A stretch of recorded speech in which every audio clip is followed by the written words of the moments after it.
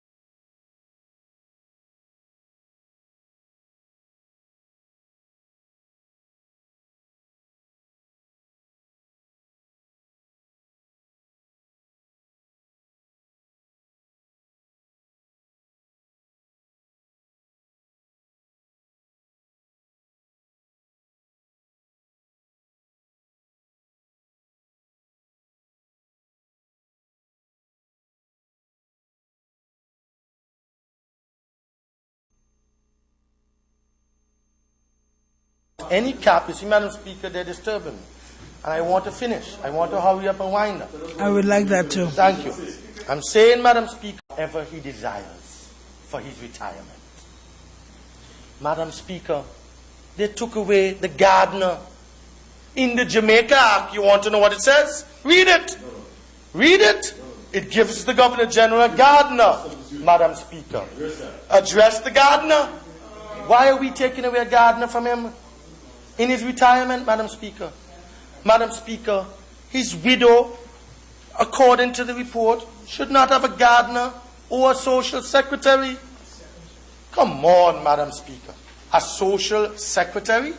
Why isn't she entitled to that? What type of indignity and injustice are we doing to the holders of such high office in our country, Madam Speaker?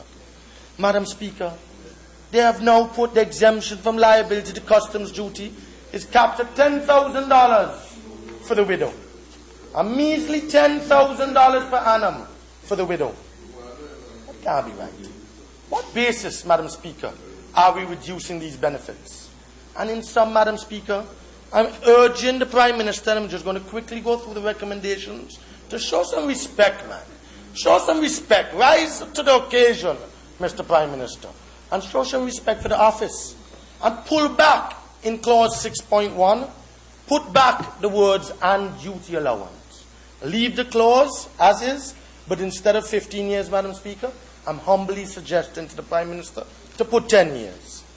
Clause 7.2, leave as is in the bill.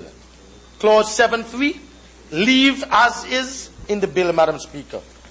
Then clause 13, either delete it completely or substitute the AG, substitute the words "the House of Representatives may from time to time by resolution vary the part 1 of the schedule by increasing the emoluments specified therein."